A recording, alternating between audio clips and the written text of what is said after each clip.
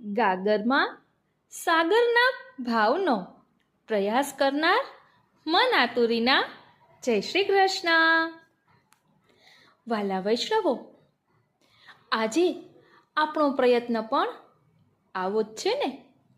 અન્યાશ્રય જેવા ગહન વિષયને સમજવો એટલે ગાગરમાં સાગર ભરવા જેવું જ કામ છે.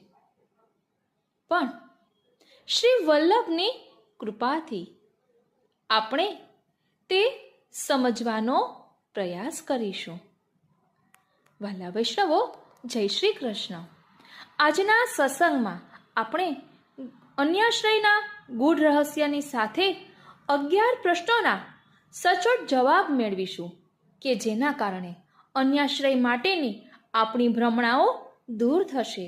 અને એટલું જ નહીં, વાર્તાજીના પ્રકટ પ્રમાણ પણ જોઈશું અને તેની સાથે સાથે રોજિંદા જીવનમાં બનેલા સત્ય કિસ્સાઓ પણ સમજીશું કે જેના કારણે આપણને ખ્યાલ આવે કે અન્યાશ્રય મહાબાધક છે.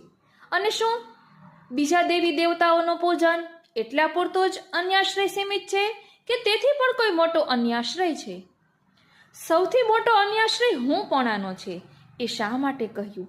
આ બધા જ પ્રશ્નોના જવાબ ગાગરમાં સાગર સ્વરૂપે મેળવવાનો પ્રયાસ કરીશું.